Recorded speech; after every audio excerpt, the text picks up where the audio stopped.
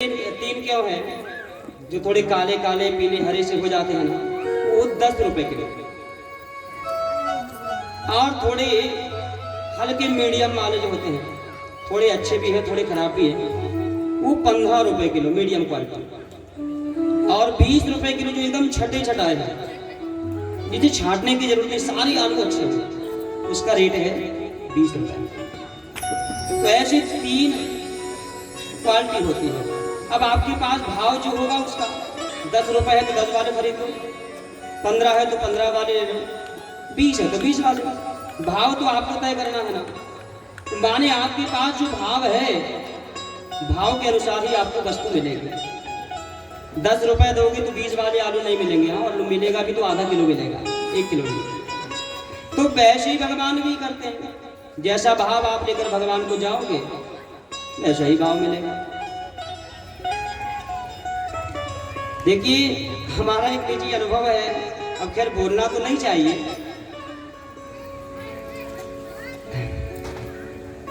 निजी अनुभव बताएं आपको हम, जब हम सत्यनारायण जी की कथा करवाने जाते हैं ना कुछ घरों में, तो कुछ लोग आसन में जो चावल रखते हैं ना, वो सोसाइटी वाला चावल या वो नहीं है ना, तो थोड़ा सस्ती क्वालिटी का लेके आ जाओ दुकान से, 10-20 पूजा ही में तो धरना है। अच्छा, थोड़ा सा कम पड़ जाए, फिर हम कहें पूजा के चावल लाओ, तो फिर उनके घर की जो कोठी होती है उसमें से निकलता 60 रुपए किलो वाला। बोलना तो कह रहे नहीं चाहिए, लेकिन ये भाव की बात है भाई, हमने भगवान को समर्पित किया। कितने रुपए किलो का? 20 का।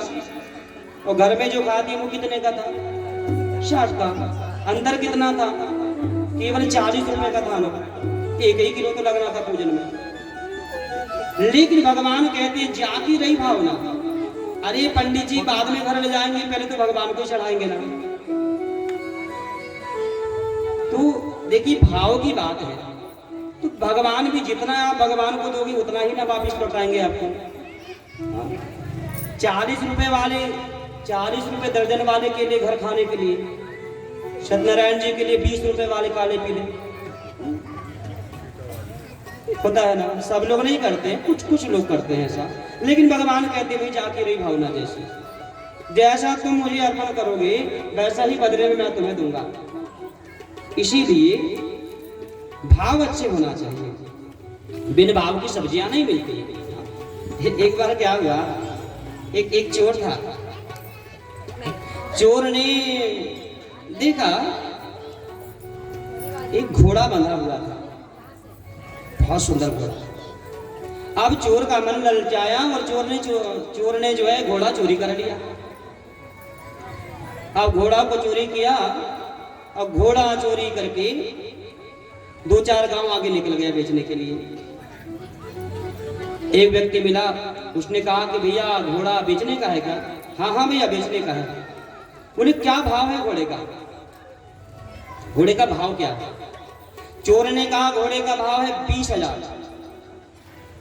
20,000 इसका भाव। लेने वाले ने कहा यार घोड़ा ठीक तो है, लेकिन भाव ज्यादा है इसका, भाव थोड़ा कम करो, इसका रेट कम करो। बोले नहीं, 20 रुपए से मैं 1 रुपए भी कम करने वाला नहीं हूं, लेना हो तो लो, मत।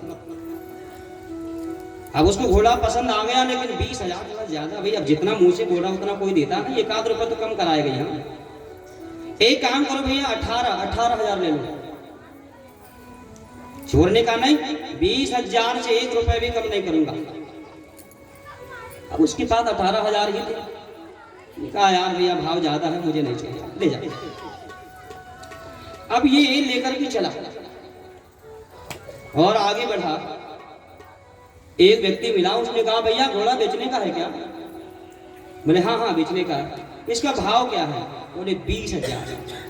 और हाँ, 20,000 से 1 रुपए भी कम नहीं होगा, पहले ही बता दे रहा हूँ। 18 वाला एक ग्राहक अब भी गया है, 20 से 1 रुपए कम नहीं।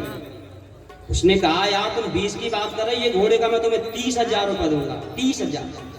हाँ घोड़ा अच्छा है तुम्हारा। अब तो चोर बड़ा पसंद हो गया, चलो अच्छा हुआ 18 में नहीं दिया। ये 30 वाला ग्राहक मिल गया। ठीक है भैया, 30,000 में दिया और सौदा पक्का हो गया। लेने वाले ने कहा 30,000 रुपए दे रहा हूँ, ऐसे ले लूंगा आंख बंद करके? पहले घोड़ा चेक करूंगा कैसा है घोड़ा। अरे देखो जरा, एक नंबर चलता है घोड़ा। लेने वाला बैठा घोड़े पर, अब घोड़ा चला करके देखने लगा, तो घोड़ा चलने में बहुत अच्छा था। लेने वाले ने कहा भैया घोड़ा तो बड़ा अच्छा है, अच्छा चलता तो अच्छा, ये दौड़ता भी है क्या? अरे दौड़ने में तो एक नंबर है, देख कब से दौड़ाते ला रहा हूं, जरा मैं दौड़ा कर देख लूं क्या? हाँ देखो। अब वो लेने वाला घोड़ा को दौड़ाने लगा और दौड़ाते दौड़ाते दौड़ाते जो गया तो वापिस ही नहीं आया, लेकर कहीं चला गया। देखो ये तो चोर था, वो महाचोर था जो ले गया वो 30,000 में, और जो गया तो वो आया ही नहीं वापिस, क्योंकि वो महाचोर था। अब बेचारा शाम तक रास्ता देखा और सोचा 18 वाला अच्छा था, नगद मिल तो जाते ना 18। अब बेचारा मुंह लटका करके वापिस चला। अब जैसे ही वापिस चला तो रास्ते में 18,000 वाला मिला। उसने कहा भैया घोड़ा बिक गया क्या? हाँ भैया बिक गया। बोले क्या भाव में बिका? क्या भाव में गया घोड़ा? बोले भैया जो भाव में आया था ना वही भाव में गया, चोरी में आया था और चोरी में ही गया, मैंने जिस भाव में आया उसी भाव में गया। तो भगवान भी मानो यही कहते हैं कि जाकी रही भावना जैसी, तुम्हारे जैसे भाव है ना भगवान वैसे ही कल्याण करेंगे। हाँ अब चाहे तुम सोसाइटी वाला चावल चढ़ा दो, चाहे 60 वाला चढ़ा दो, मन जैसा भगवान को अर्पित करोगे बदले में आपको पैसा ही प्राप्त होगा। आज कंस का भाव था कृष्ण को मारूंगा, तो भगवान ने मार करके ही उसका उद्धार किया।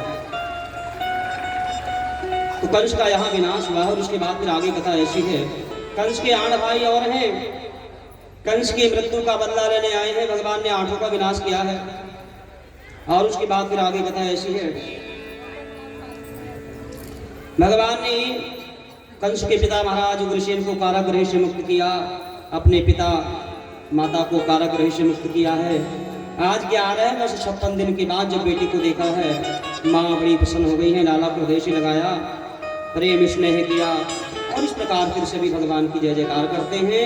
और उसके बाद सभी लोग आकर के भगवान से निवेदन करने लगे, नाथ अब आप मथुरा के राजा बन जाइए। परंतु भगवान ने मना कर दिया।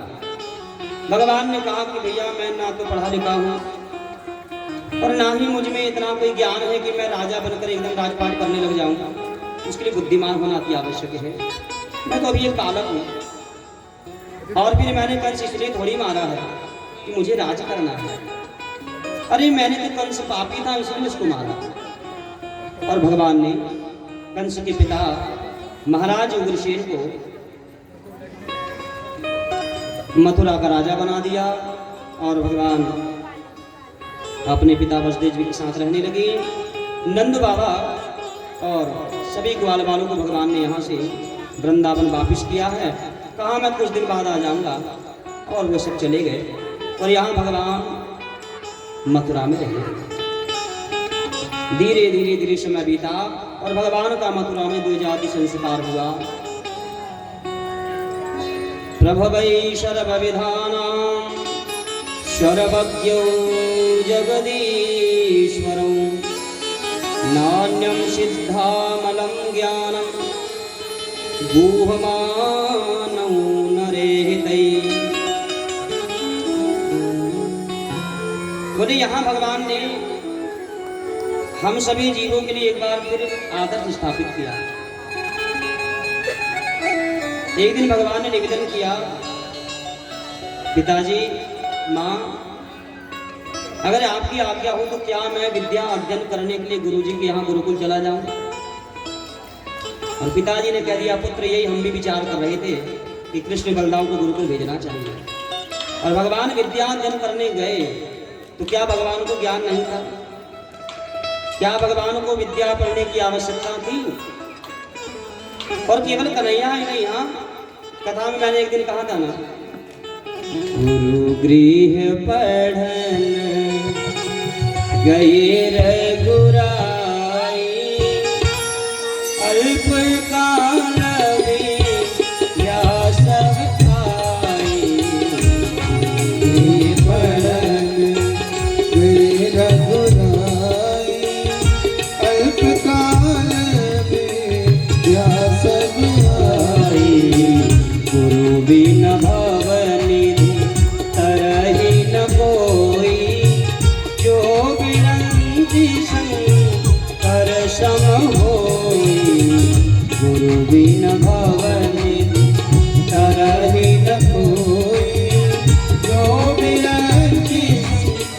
कर समूरी। श्री राम जय राम जय जय राम, श्री राम जय राम जय जय राम, श्री राम जय राम जय जय राम, श्री राम जय राम जय जय राम।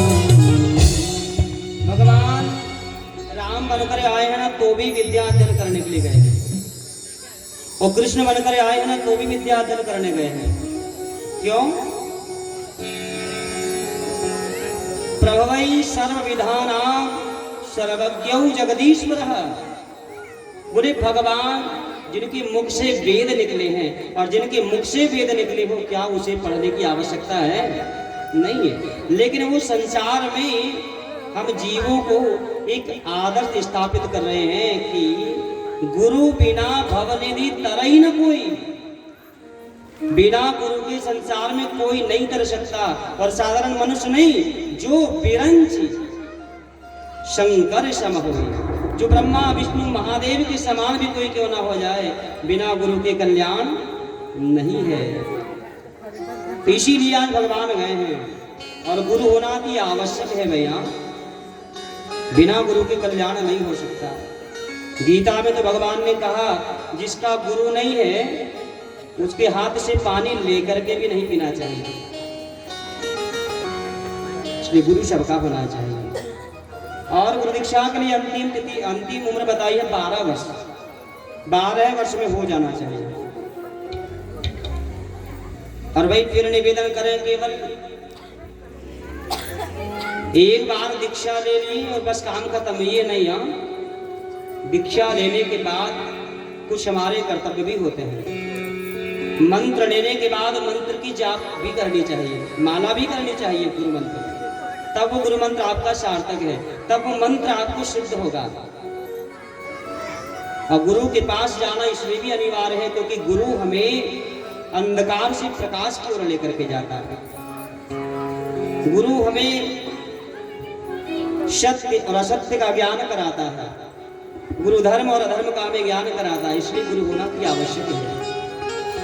आज भगवान विद्या अध्ययन करने के लिए शांतिप ऋषि के यहाँ उज्जैन में पहुंचे, और उज्जैन में भगवान शांतिप ऋषि कश्यप गोत्री हैं शांतिप मुनि, और संदीप ऋषि के यहाँ जब विद्या अध्ययन करने लगे हैं तो कहते हैं मात्र 64 दिनों में भगवान ने सारी विद्याओं को, 4 वेद, 6 शास्त्र और 18 पुराणों को भगवान ने कंठस्थ कर लिया मात्र 64 दिनों में, केवल 2 महीने में। तो भगवान ने विद्या अध्ययन करी है, और यही एक कथा आती है। इसी गुरुकुल में एक ऐसा मित्र भगवान से जुड़ा है जिसकी शास्त्रों में कथा बड़ी प्रचलित हुई, बड़ी प्रसिद्ध कथा हुई, सुदामा। यही गुरुकुल में एक मित्र मिला सुदामा, और सुदामा ने केवल जीवन में एक गलती किया। गलती क्या किया? जब गुरु माँ ने चने दिया, जंगल में लकड़ी लेने जा रहे हो, जहां भी भूख लगेगी दोनों मिलकर के खा लेना। लेकिन कहते हैं सुदामा जी को जब भूख लगी ना तो सुदामा ने सारे चने अकेले खा लिया, और बस जीवन में सुदामा जी की एक गलती यही हुई। पहले कथा आती है शास्त्रों में, सुदामा जी के जो माता पिता थे भद्रशील और गार्गी, ये बड़े धनवान थे। इनके पास इतनी संपत्ति थी कि 4 पीढ़ी धन बैठे खाए तो समाप्त नहीं होगी, इतने धनवान थे। लेकिन माँ पिता की मृत्यु के बाद सुदामा के जीवन में अपार गरीबी आ गई, जिनके यहाँ कहते 15-15 दिन चूल्हा नहीं जलता था। अब कथा तो मैं विस्तार तो रात्रि में करूंगा सुदामा जी का। तो सुदामा ने केवल एक गलती यही कर गए कि भगवान के भाग के चने खाया। कथा सुनाने का मेरा केवल अभिप्राय इतना है कि कथा से हम शिक्षा लें। कथा पूरी करना, कथा का विस्तार कर देना जरूरी नहीं है। कथा का जो सार है वो सार हमारे जीवन में आ जाए, बाकी अन्यत्र कथा तो समय अनुसार कोई कथा छोटी हो जाती है, किसी को हम बड़ा कर देते। केवल कथा का सार हमारे जीवन में आना चाहिए। देखिए, सुदामा ने भगवान की भाग के चने खाया, और चने ऐसी कोई बहुमूल्य वस्तु नहीं है कि जो करोड़ों रुपए की आती होगी, और केवल एक मुट्ठी चने थे, इसमें भी आधे कन्हैया के और आधे सुदामा के ही थे। आधी मुट्ठी चने कितने के होंगे? अरे आज आधी मुट्ठी चने लेके चले जाओ, 2 रुपए के भी नहीं होंगे आज की स्थिति में। उस समय तो और सस्ताई का जमाना रहा होगा। देखिए, वस्तु की कीमत महत्व नहीं रखती है, उस वस्तु पर अधिकार किसका है, उस वस्तु पर, उस वस्तु को, वह वस्तु किसे मिलनी चाहिए, ये बात मुख्य है, किसकी भाग की हो है। आज हम लोगों में इतना लोभ आ चुका है, हमने तो देखा है छोटी छोटी बात पर लोग लड़ते हैं, जरा जरा से। मात्र इतनी इंच जगह कम हो जाए ना, उतने में ऐसी लड़ाई हो जाती है। ये मेरी जमीन है, और मेरी करते करते आपके दादा चले गए, परदादा चले गए, जमीन वही है, और हम बिल्कुल ऐसे लड़ लड़ कर मरे जा रहे हैं। कुछ ऐसे ऐसे भाई हैं, केवल खेत की कितनी सी मेड़ के लिए झगड़ा हुआ और हमने आना जाना ही बंद कर दिया। जमीन सब वही रहना है, आदमी चले जाते। देखिए, उतनी सी जमीन में हम ज्यादा कुछ नहीं कर पाएंगे, लेकिन एक बात ये भी है, जरा सी जमीन के लिए हमने लड़ा। घर में जरा सी वस्तु किसी भाई ने ज्यादा ले ली, किसी ने कम ले ली, उसके लिए हम लड़ने लगे,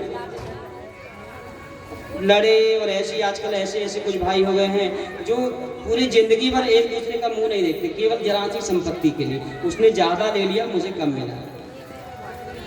पहली बात हम सभी से ये निवेदन करेंगे, बात कम और ज्यादा की नहीं है।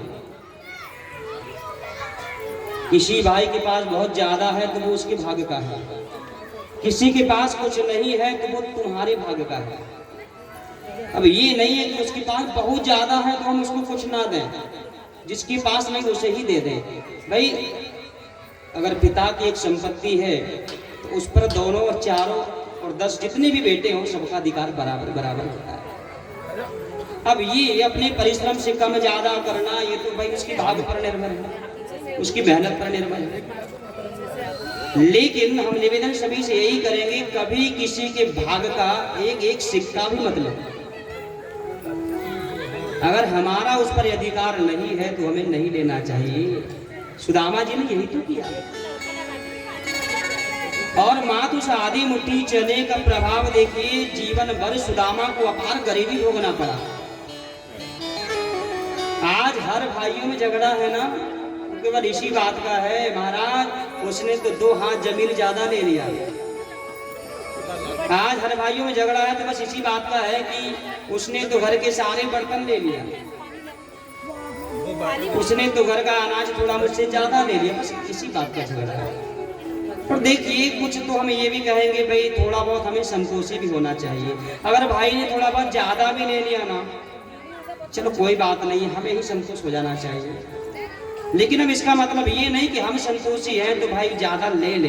देखिए भाई, अपनी प्रसन्नता से दे दे वो विषय अलग है, लेकिन हम कपट करके उससे लेते हैं, इसका परिणाम आगे चल करके भयंकर होना है। चलो 2 हाथ जमीन ज्यादा ले लोगे तो क्या हो जाएगा उसमें?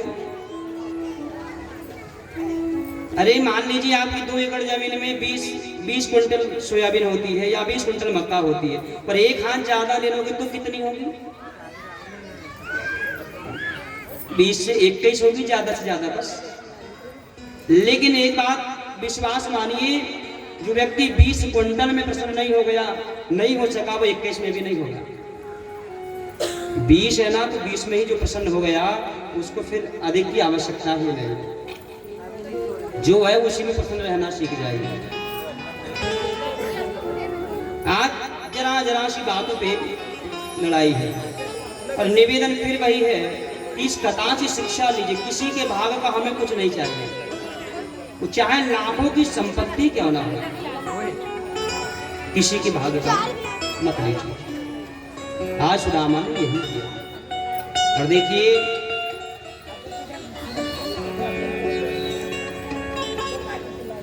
एक बार क्या हुआ, एक सेठ जी थे।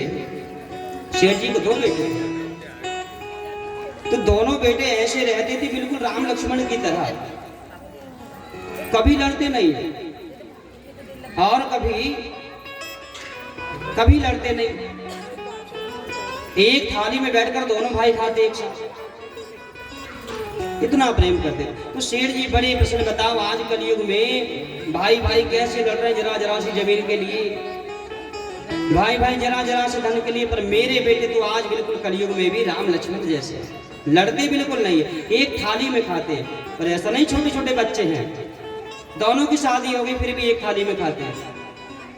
तो सेठ जी बड़े प्रसन्न, मेरे बेटे जैसे सबको मिले।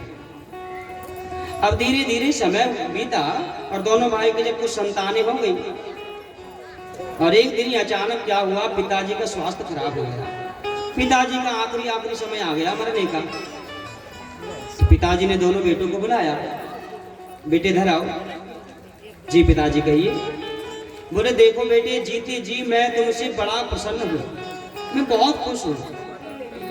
बेटे हो तो तुम्हारे जैसे होना चाहिए, मेरी सेवा में तुमने कभी कभी नहीं करी। एक साथ तुम भाइयों का प्रेम देख करके मैं बड़ा प्रसन्न हूँ, लेकिन बेटा अब मुझे लग रहा है कि अब बस मैं 2-4 दिनों का बचा हूँ। मुझे मरते समय वचन दो, मेरे मरने के बाद मेरी संपत्ति के लिए दोनों भाई तुम लड़ोगे नहीं। जैसे प्रेम से रह रहे हो वैसे प्रेम से रहोगे, और कभी अलग भी होगे ना तो प्रेम से होना, लड़ झगड़ करके मत होना। ऐसे ही प्रेम दोनों भाइयों का बना रहे। और मेरी जो भी संपत्ति है, मेरी ज्यादा संपत्ति तो कुछ है नहीं, कुछ थोड़ा बहुत घर में है, कुछ ज्यादा बड़े भी नहीं थे, कुछ थोड़ी बहुत मेरे बाद मेरी संपत्ति बची है। तो इसका जो बंटवारा करोगे ना तो कपट दोनों मत करना, बिल्कुल बराबर बराबर लेना। दोनों ने कहा हाँ पिताजी। और पिताजी मर गए। अब पिताजी मरे, दोनों भाइयों ने बढ़िया पिताजी का अंतिम संस्कार किया। 13वीं आदि सब जितना उनका धन था सब 13वीं में लगा दिया। चलो पिताजी का ही धन है, उनके बाद जो बच जाए वो अपना, उनकी मेहनत है। तो जितना पिताजी ने कमाया ना, सारा धन उनकी 13वीं की पूजन पाठ में उन्होंने खर्चा कर दिया, सारा धन। अब मरने के बाद कुछ समय बीता, और फिर जब दोनों भाइयों का परिवार थोड़ा बड़ा होने लगा, तो भाई अब जब परिवार धीरे धीरे बड़ा होने लगता है ना, तो कई प्रकार की छोटी छोटी बातें भी फिर बड़ी होने लगती हैं। तो एक दिन दोनों भाइयों ने सलाह किया कि भाई क्यों ना प्रेम बना रहे। प्रेम कब बना रहेगा, जब हम 4 हाथ दूर रहेंगे। प्रेम बना रहना चाहिए। और देखिए एक घर में ही है, एक छत के नीचे है, और दोनों में अगर प्रेम नहीं है ना, तो ऐसा मेरे अनुसार, मेरे हिसाब से तो ऐसे घर में रहने से अच्छा है कि 4 हाथ दूर रहे। कम से कम एक छत के नीचे नहीं है, 4 हाथ दूर हो, लेकिन दिल अगर दोनों के मिल रहे हैं तो वो मिलना ज्यादा अच्छा है। भले ही अलग हो, लेकिन एक छत में रह करके अलग अलग रहना ठीक नहीं है, मन मिलना चाहिए। तो अब दोनों ने विचार किया कि भाई अब चलो परिवार बड़ा हो गया, क्यों ना अपन अलग अलग हो जाए। कहा ठीक है। अच्छा छोटा वाला जो था ना, ये थोड़ा ज्ञानी था जरा। जब बंटवारे की बात आई ना, तो इसके मन में थोड़ा लोभ आ गया। अब लोभ जब आया, बंटवारा जब होने लगा, तो भरत जो था वो आधा आधा ले लिया। घर में जितने बर्तन थे सब आधे आधे हो गए, खेती बाड़ी जो थी सब आधी आधी हो गई। लेकिन 2 चीजें ऐसी थी जिसका बंटवारा ही ना हो घर में। इनके घर में भैंस एक ही थी। अब एक भैंस है भाई, अब लेने वाले 2 हैं, और उनके घर में कंबल एक ही था, एक ही कंबल था, क्योंकि अभी तक हमेशा दोनों भाई साथ में ही सोते। एक ही में काम हो जाता, दोबारा लिया भी नहीं जाता, तो कंबल एक ही बचा।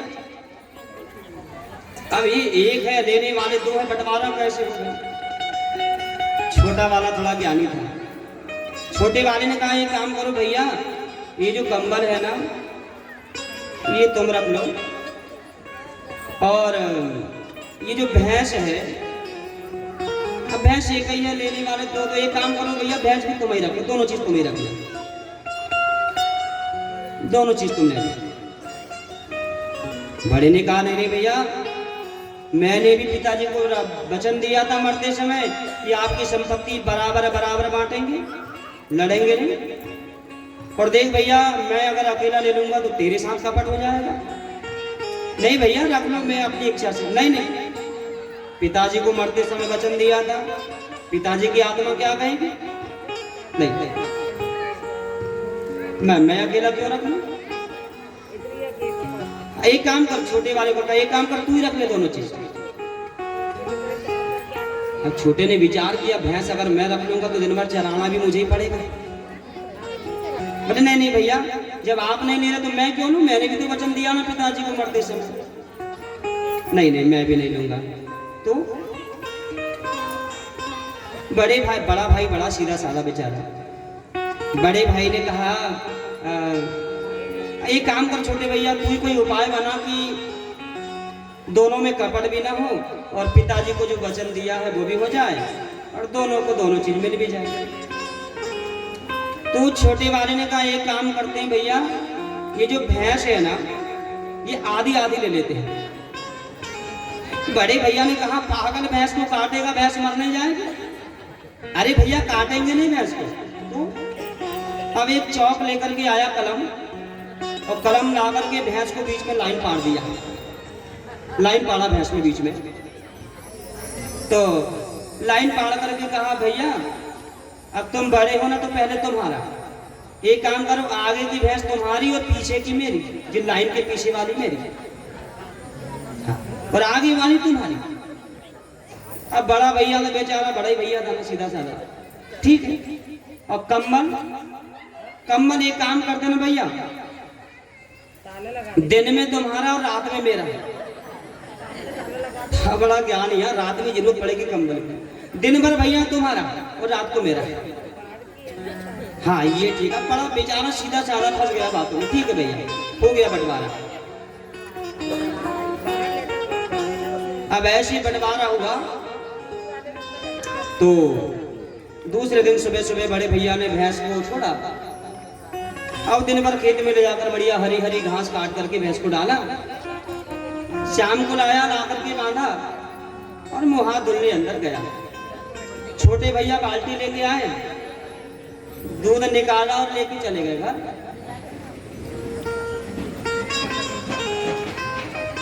अब बड़े भैया मुंह हाथ धुल करके आए, चलो भैंस लगा लो, उठाए बाल्टी। अब बाल्टी उठाकर भैंस लगाने लगे तो भैंस ने एक कनपट्टी पे लात मारा पीछे वाले को। अब दोबारा काहे को लगेगी भैंस? अब दोबारा लगाने लगा तो लात मारी। बड़े भैया को लगा यार भैंस लात मारती नहीं, आज क्यों मारी पहले बार? कहीं छोटे ने लगा तो नहीं लिया भैंस? गए, अरे छोटे भैया भैंस लगा? हाँ हाँ भैया लगा लिया। तो यार तू बता के आता और आधा दूध कम से कम भाभी को दे आता, तेरी आधा दूध दे देता, पूरा लेके आ गया। छोटे भैया ने कहा देखो भैया बेईमानी मत करो तुम।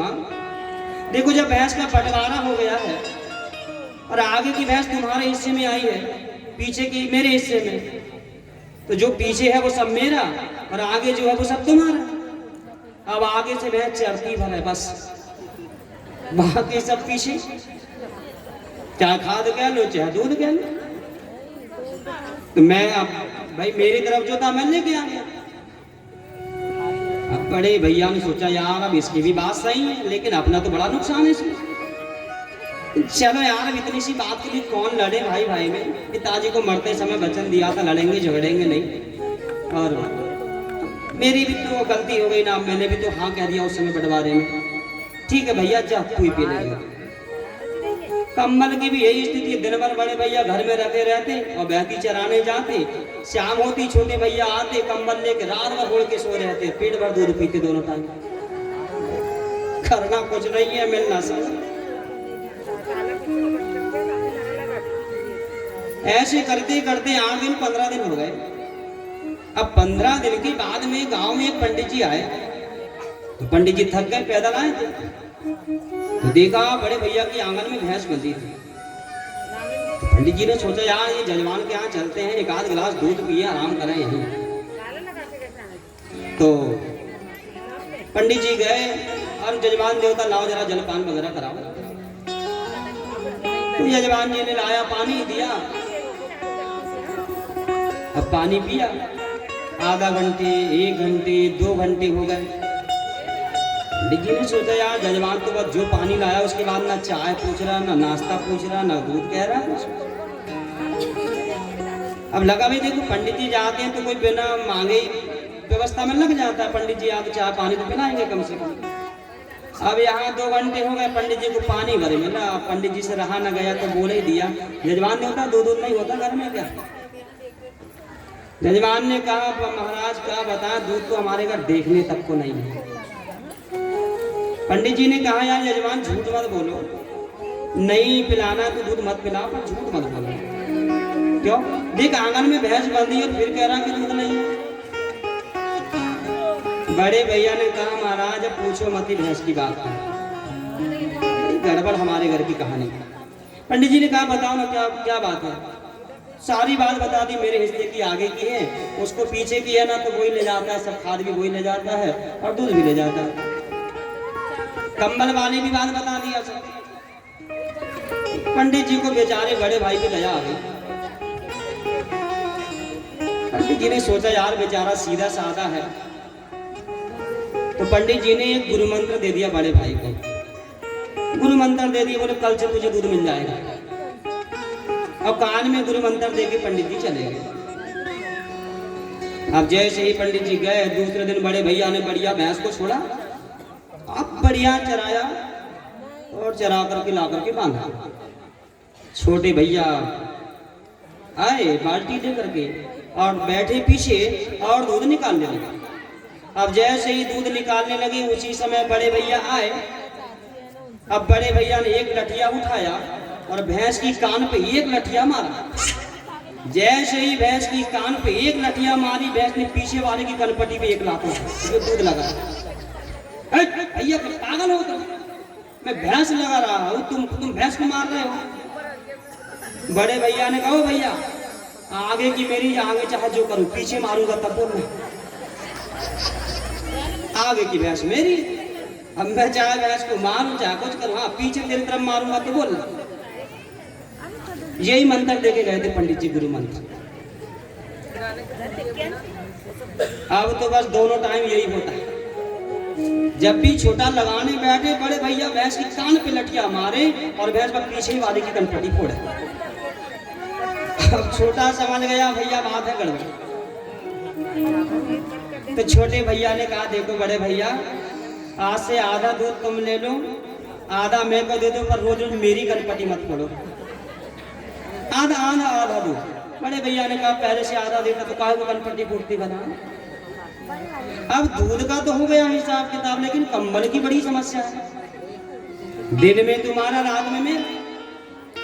पंडित जी ने कंबल के लिए भी गुरु मंत्र दे के गए थे। बढ़िया ठंडी के दिन आए, अब दिन भर बड़े भैया ने अपने घर में रखा उसको, और शाम हुई और छोटा वाला कंबल मांगने के लिए चला। जो देखा छोटा आने लगा, जब बड़े भैया गए टांके से एक बाल्टी पानी निकाला और लेकर कंबल पानी में डाल दिया।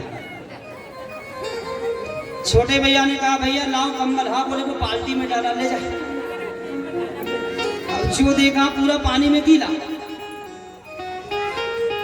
छोटे भैया ने कहा पागल हो तुम, इतनी ठंडी का समय है पर ये कंबल गीला कर दिया तुमने। और चल धुलाई था तो कम से कम धूप में डाल देता, तब सूख जाता वो। तो बड़े भैया ने कहा कि देखो भैया कंबल दिन में मेरा, दिन में चाहे मैं जो करूं, रात में डुबाऊंगा पानी तब बोलना। अब ले ना तो बड़ा ओढ़कर सोए ना छोटा। छोटा समझ गया कि ना इसको मिलेगा ना मुझको। क्या एक काम करो भैया, एक रात तुम होना, एक रात में होड़ूंगा, दोनों का काम बन जाए। कहने का केवल अभिप्राय इतना है, कपट कभी ना हो, चाहे वस्तु छोटी हो बड़ी हो, महत्व वो नहीं है। सुदामा जी ने जीवन में यही गलती किया। और आधी मुट्ठी चने और परिणाम जीवन भर इतना दुख भोगना पड़ा। कथा रात्रि में सुनेंगे। और फिर आगे की कथा ऐसी है कि भगवान ने 64 दिनों में विद्या अध्ययन करी है। उसके बाद गुरु माता से कुछ मांगने को कहा। गुरु माता ने कहा मेरा पुत्र 1 वर्ष पहले समुद्र में डूब करके मर गया था, ला सकते हो तो उसको वापस ला दो। अब भगवान गए समुद्र के पास। समुद्र में बालक नहीं था, वहां शंकासुर नाम का एक राक्षस रहता था, उसको भगवान ने मारा, उसके पास भी बालक नहीं था। और फिर भगवान वहां से चले यमपुरी, और यमपुरी में थोड़ा बालक था। यमपुरी से भगवान ने उस बालक को लाया, लाकर गुरु माता को दे दिया है और गुरु माता बालक को पा करके प्रसन्न हुई। इस प्रकार भगवान ने विद्या अध्ययन करी है।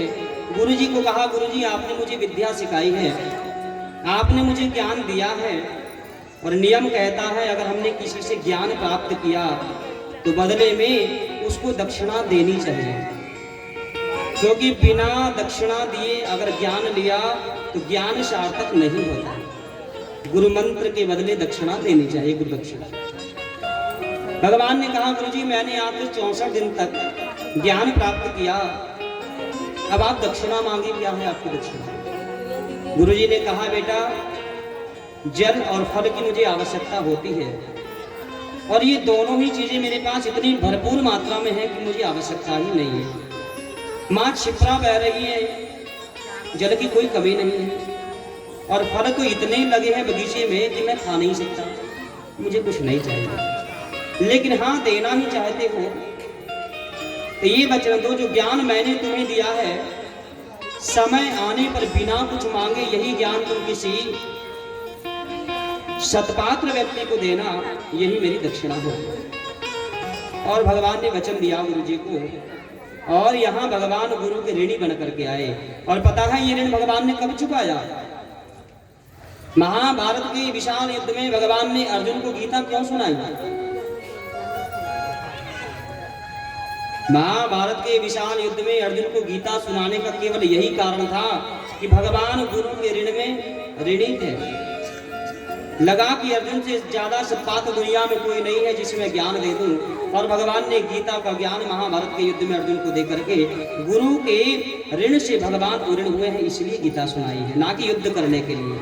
अरे युद्ध करना ही होता तो इतने ज्ञान की आवश्यकता नहीं थी। केवल एक बार भगवान कहते तुम्हें लड़ना है और अर्जुन मना नहीं कर पाते, लेकिन गुरु का ऋण है, लगा इससे सत्पात्र कौन होगा, इसीलिए ऋण होने के लिए उन्होंने अर्जुन को गीता का ज्ञान उपदेश दिया है। और फिर आगे कथा ऐसी है, भगवान वापिस आ जाते हैं, और फिर भगवान 2 महीने कुब्जा के कर रहे, उसकी इच्छा पूरी किया। उसके बाद भगवान अक्रूर जी के यहाँ गए हैं, और उसके बाद में फिर आगे कथा आई है उद्धव प्रसंग। उद्धव जी का जो प्रसंग है ये बड़ा अद्भुत प्रसंग है। अब इस पर विस्तार करने का कुछ समय मेरे पास अभी है नहीं, क्योंकि आज अंतिम दिन की कथा है और हमें सीधे विवाह तक पहुंचना है। कथा भी समय पूर्णता की ओर है। उद्धव जी की कथा आप सभी लोग जानते हैं। उद्धव जी ज्ञानी हैं, लेकिन ज्ञान का थोड़ा अभिमान हो गया, इसीलिए अभिमान को नष्ट करने के लिए भगवान को लगा कि उद्धव को गोपियों के पास भेज दिया जाए, ताकि इसके अंदर जो अभिमान है वो गोपियों के प्रेम को देख करके अभिमान नष्ट हो जाए। और उद्धव जी महाराज गोपियों को ज्ञान देने गए।